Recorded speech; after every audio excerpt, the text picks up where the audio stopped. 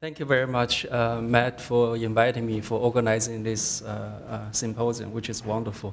I'm from Pittsburgh, so I was going to show a Steelers picture, but they had really bad game yesterday, so I decided not to do that.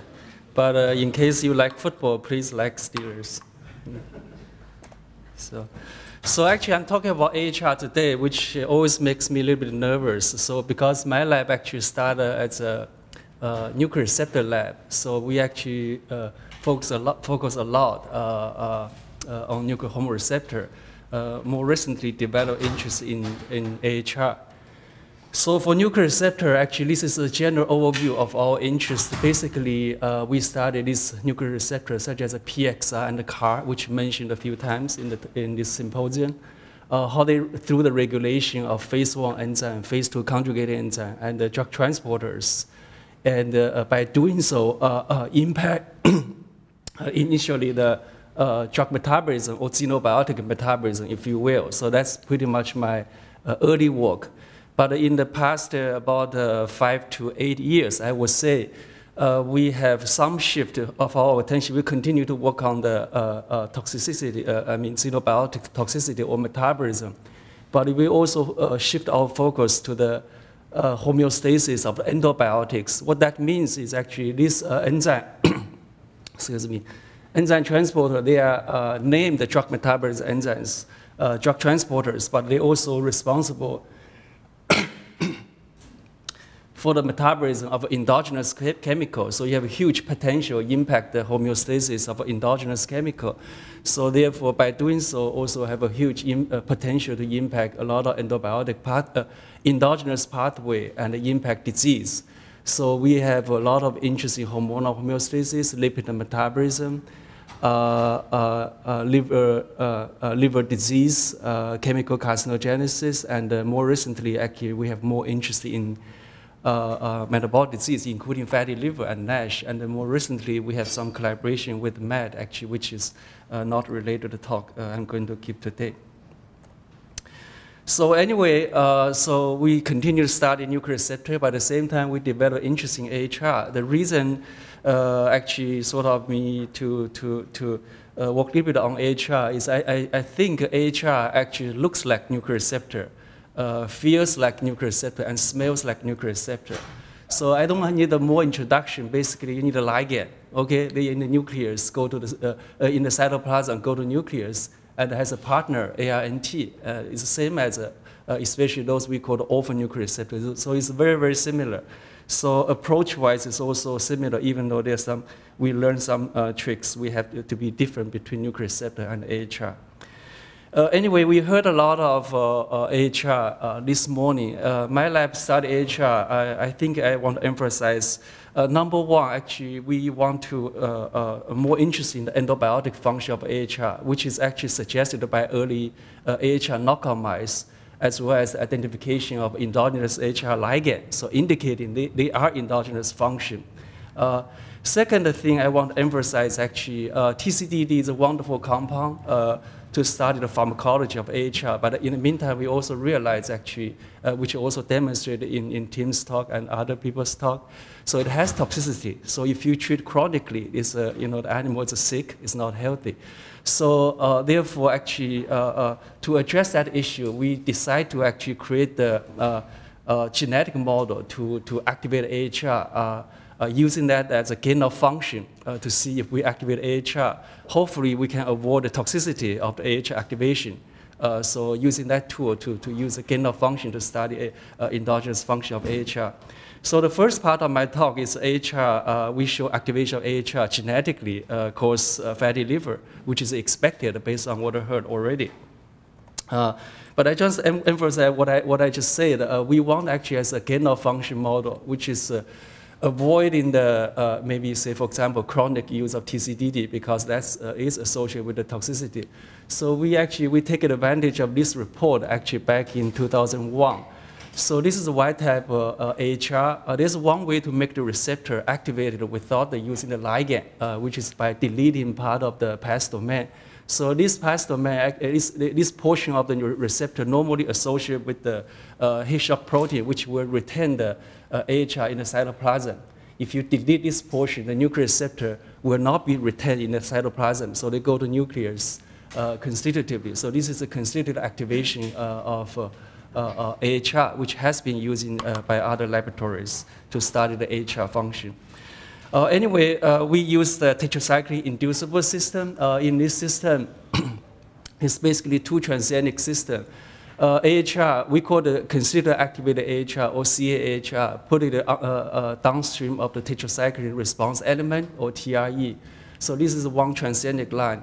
The second line is we overexpress the TTA tetracycline transcriptional activator under the control of the FABP promoter, fatty acid binding protein. One of the target tissue is liver, it's a hepatocyte. So then we bring these two transgenes together, generate the double transgenic mice. So in the double transgenic mice, the TTA produced by this transgene will bind to the TRE sequence, induce expression of this CAHR. So this is induced expression. In the same double transgenic mice, if you feed the mice with the doxycycline, the dogs will specifically remove TTA from the binding site, and by doing so, you can silence the expression of the transgene. So this is on and off switch, again, allows our detailed analysis of the gene function. So in this gain of function model, as we expected, we do see fatty liver. That's why this is expected, and we show clearly. So this is without a treatment of any ligand, AhR ligand. And the fatty liver phenotype is abolished after we silence the gene expression by doxycycline feeding. Okay. We did a mechanism study. Of course, here we focus on the fatty liver. We didn't use the approach as mentioned by Tim using metabolomics and also the large-scale sequencing analysis. We are more specifically focusing on the fatty liver. So because this is published, I won't go through all the details. So I want to emphasize actually through our analysis, in some cases based on gene regulation, in some cases based on the biochemical analysis, such as the fatty acid oxidation, we demonstrate. We believe after the genetic activation of AhR, what happened is actually there's an increased fatty acid uptake, okay? And there's a suppression of beta oxidation, which is utilization of the fatty acid within the hepatocyte. There's a defect in the triglyceride secretion indicated by the VLDL secretion, and there's also increased mobilization of the peripheral fat, and collectively can probably contribute to the fatty liver phenotype. I won't go to all the detail because, again, it's published. So that's our first AhR paper, actually. Then we continue, sort of continue on the theme of the Matt just mentioned from the NAFL to NASH. So after showing activation of AhR is sufficient to cause the fatty liver, we want to know whether AhR actually promote NASH. And this is more or less expected. So indeed, the answer is yes. So we use the MCD diet. So this is standing for the collagen, I believe. So there's accumulation of this MCD diet, which is hallmark of the NASH.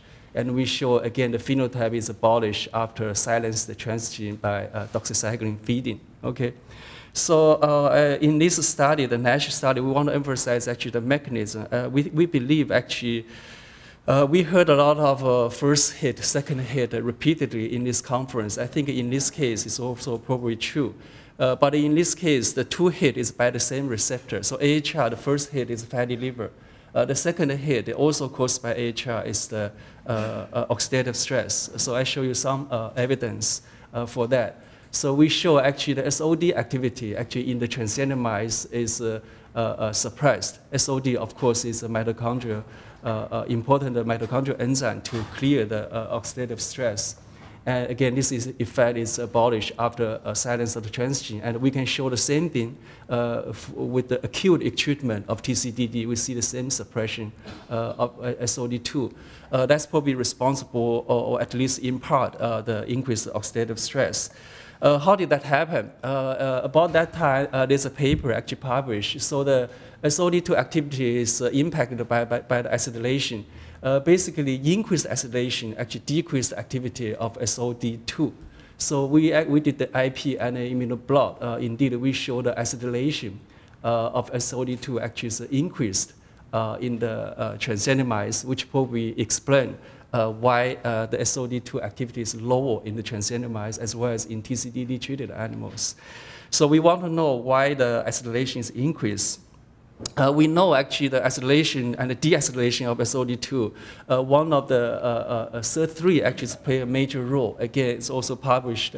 So how SIR3 impact SOD activity also published shortly before actually we performed this experiment. Anyway, SIR3 is an enzyme, is a deacetylase responsible for the deacetylation of the SOD2.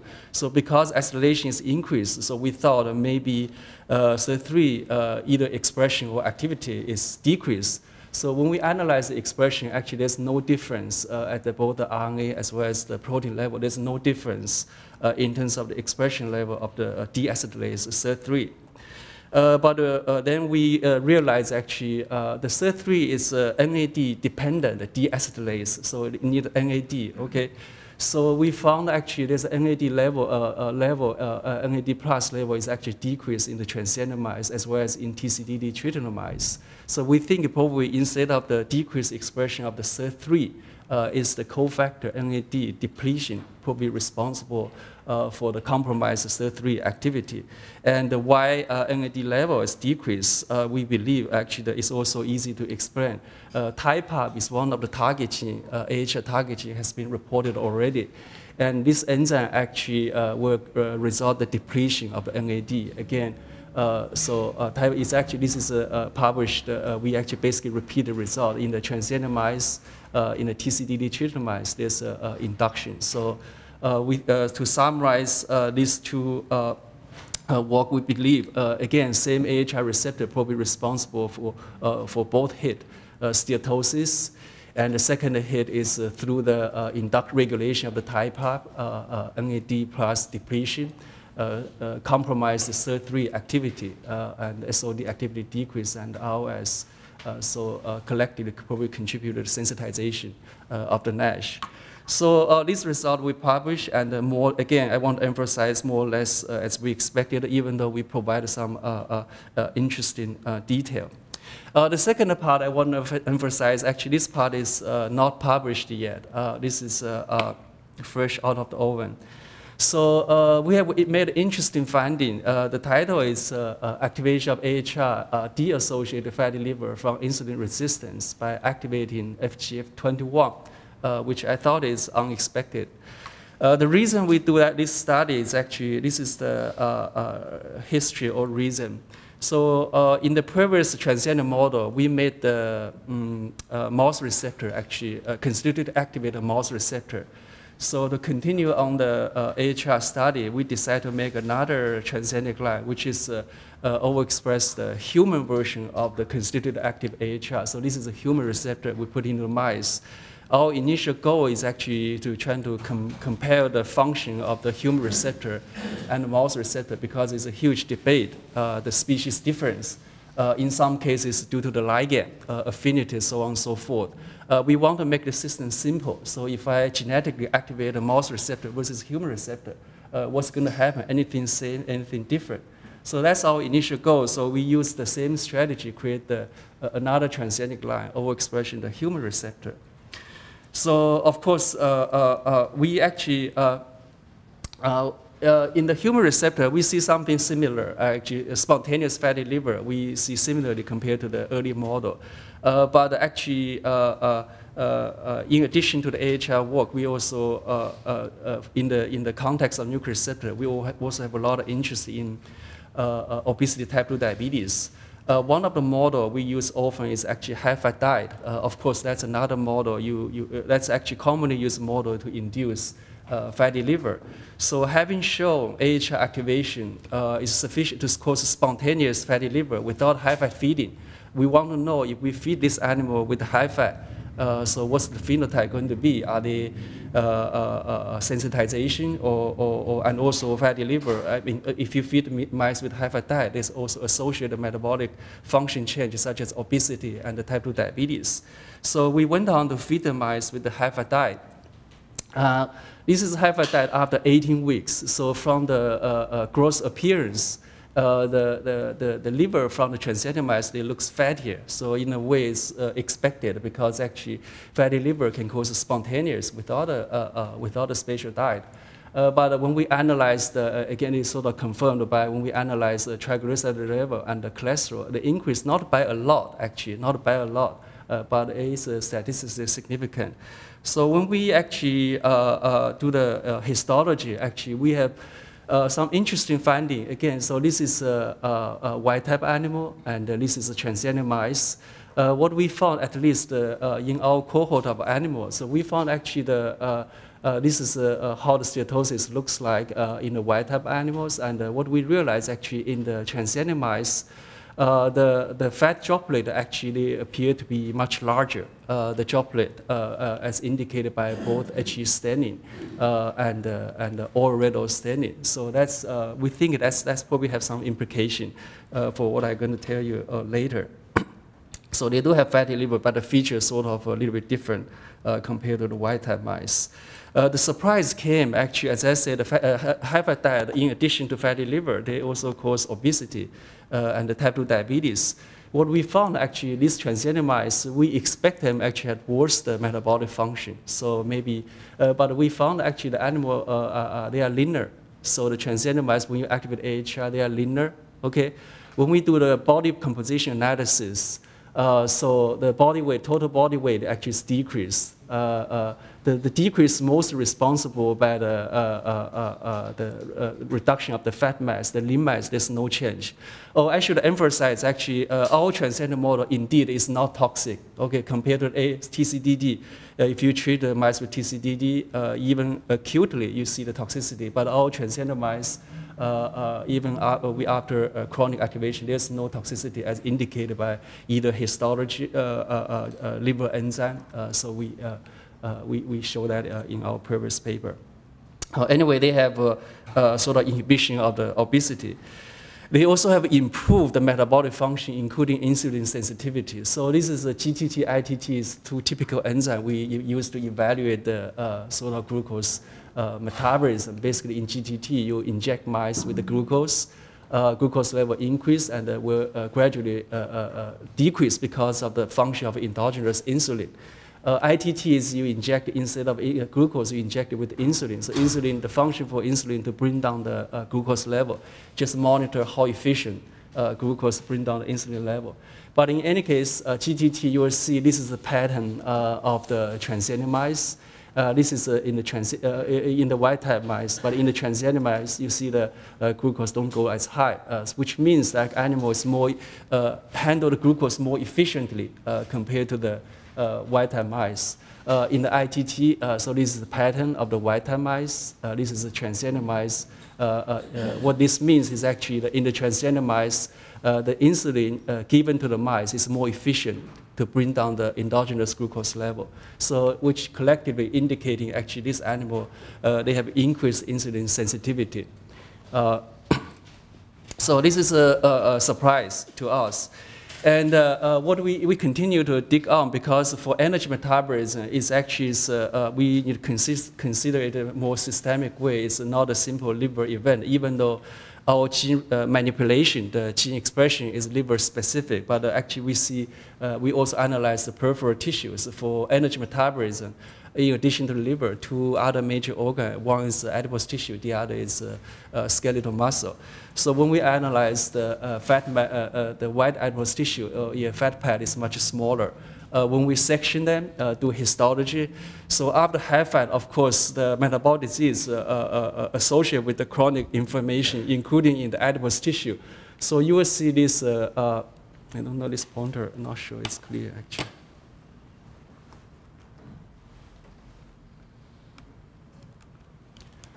So we define as so-called Crohn-like structure, which is caused by the infiltration of macrophages. So you will see that as expected. But in the transgenic mice, we see the appearance of the Crohn-like structure is decreased, which is indicating the suppression or decreased inflammation. for adipose tissue, in addition to white adipose tissue in mice, actually it's easy to collect the so-called brown adipose tissue as well, which is very easy for the burning the energy, to utilize the energy for the heat emission. So in the white type of mice, after high-fat feeding, so the brown adipose tissue, they're supposed to be brown. Okay, they're really brown. But after high-fat, they looks like more like a white adipose tissue. So this is actually histology, how they look like. But in the transgenic mice, after high-fat feeding, they remain brown. So this is how brown adipose tissue is supposed to be function or look like. And this is a histology, how they're supposed to look like for the real brown adipose tissue. We also support the maintaining of the brown phenotype of the brown adipose tissue through the gene regulation. All these three are markers. They are markers for the brown adipose tissue. So again, that's another indication they have improved function, metabolic function. That's muscle, so that's adipose tissue. So in the skeletal muscle, we also see the improvement, such as the increased phosphorylation of AMPK. So this is increased phosphorylation also in the liver as well, but there's not much difference in the white adipose tissue. So at least based on this result, we see actually the number one is improved metabolic function, but also the second is the improved metabolic function is not only limited to the liver, but also in the peripheral tissue also, such as the adipose tissue and the skeletal muscle. So those are not target tissue by the transgene. So how did that happen? So logically, we suspect there's probably a circulating factor, so maybe responsible for the systemic benefit for this animal. So that's our sort of hypothesis. That's the direction we look into. So we came up with so then we focus on FGF21. So this is where FGF21 came into play, actually. FGF21 actually, of course, is not a stranger for this campus. Also, several faculty here, including Winkle Fan here, study FGF21. It's a peptide hormone actually has a lot of metabolic function. Most of them are beneficial function. So knowing this is a beneficial, so peptide hormone has beneficial function in energy metabolism. We actually did the induction of FGF21 actually first indicated by our microarray analysis. So we didn't do the chip sequencing or chip-on-chip. But we did more traditional microarray. In the microarray, actually, we see the induction of FGF21, which is validated by the real-time PCR, both in child-fat mice as well as in high-fat fat animal. So this is an RNA expression. This is a serum level of the FGF21.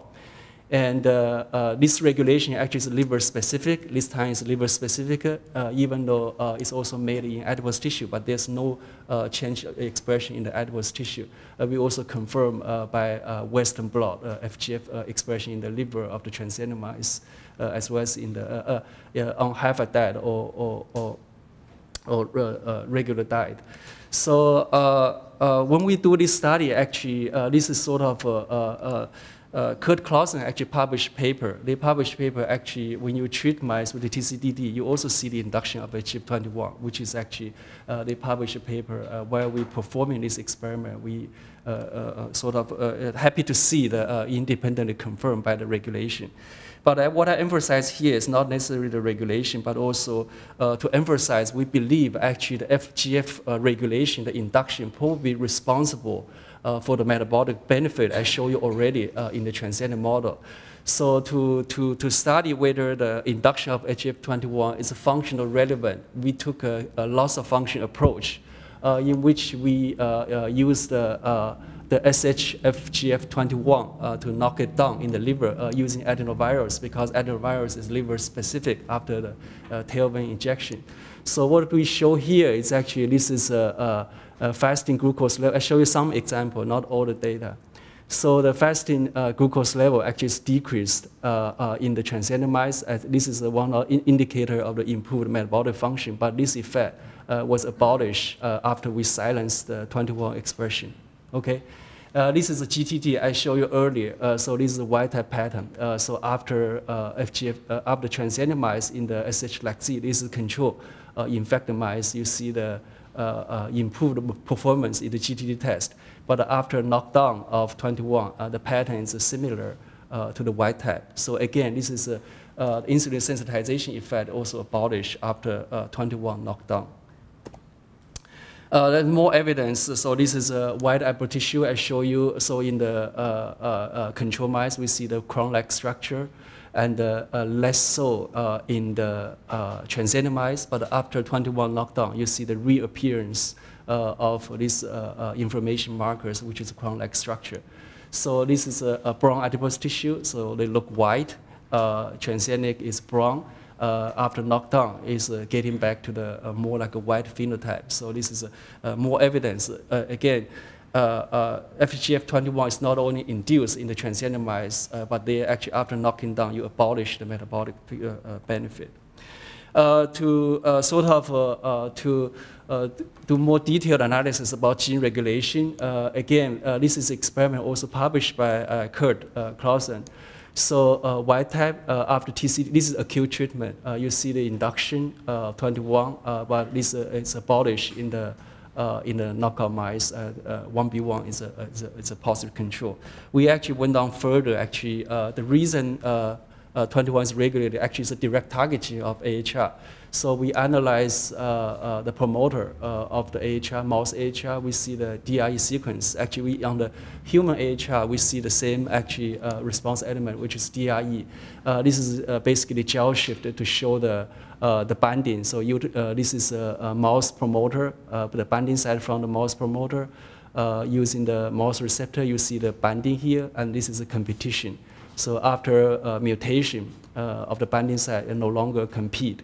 Anyway, this is a shoulder specificity. So we also use the reporter gene. So we clone the promoter of the mouse FGF21 promoter linked to the luciferase. So this is a wild type promoter. This promoter is given by Steve Cleaver, actually, who started the 21 regulation by PPAR alpha a few years ago. So wild type promoter is activated by the mouse receptor with the TCDD or with the constituted active receptor without the ligand, without exogenously active ligand. If we use a deletion version of the reporter, which is minus the DRE sequence, so you see the induction was abolished. So this data, actually, we have some other data as well showing indeed 21 is a direct targeting of AhR. So that's all my data slides. I just want to emphasize, I think I want to going back to nuclear receptor again. So this receptor, they do regulate these enzyme transporters. They do regulate xenobiotic metabolism, which is very important to understand the metabolic impact of the health effect of xenobiotics. But at the same time, we also pay attention to the endobiotic function, including their impact on the energy metabolism, including fatty liver and obesity, type 2 diabetes. But we actually studied metabolic disease in two unique angles. One angle is actually we focus on receptors such as PXR, CAR, as well as AhR. All these are so-called xenobiotic receptor. Better known, or at least initially known for the xenobiotic function. We think they also can impact the energy metabolism, so the receptor can impact metabolism. We have another focus, which I don't have time to present. So initially, we studied, say, for example, phase 2 enzyme, especially the sulfotransferase, which is one of our major focus. As a targeting for this nuclear receptor, how the regulation impact all these pathways. In our more recent study, we realized some sulfotransferase, such as estrogen sulfotransferase, cholesterol sulfotransferase, they can also, through different mechanisms, they can direct the impact on the energy metabolism. Sometimes actually through go backward. The enzyme may be actually through the targeting of the receptor. We published recently actually the how cholesterol sulfotransferase through the targeting of HNF4 alpha. By doing so, impact actually the glucose metabolism. So that's, you can go backward. But in any case, we focus on this receptor, these enzymes, how they impact the energy metabolism. Again, I don't have AhR in the picture, but the same concept can be applied here. easily. So this work, the AhR work, is initiated by my former student, Zhang Hong Li. She has graduated a number of years ago. Then the NASH work was continued by Jing Han, who was a former postdoc in the laboratory. The 21 work, FGF21 work is a work of Pepe Lu, my current students. And these are my other lab members now. And for this work, I'm a newcomer for both AhR as well as metabolic studies. So actually, we have received a lot of help from my colleagues at the University of Pittsburgh for the metabolic analysis and others. And funding is very important. Thank you very much. Yeah.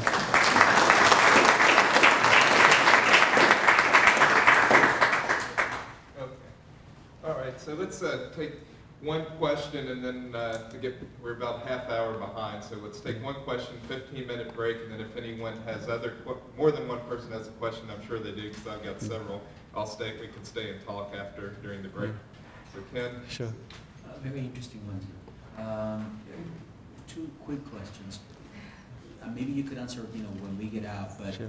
did you verify that the constitutively active transgenic mouse had comparable gene regulatory activity to the liganded version of the receptor? Did you do experiments to actually confirm and convince yourself of The activity, I mean, potency-wise? No, in terms of targeting of genetic targets. You mean the regulation? Yes. Well, it's being recognized by that receptor. Oh, the binding, you mean the... Yes. Yeah, we use, of course, typical DRE. The binding is the specificity is the same. But all in vitro. Did you do that in vivo? No, we didn't do the chip sequencing. You probably should. I agree. This is a system. I don't want to emphasize it's a perfect system, but actually, yeah, I agree. That's a potential. Yeah. Okay, so come back and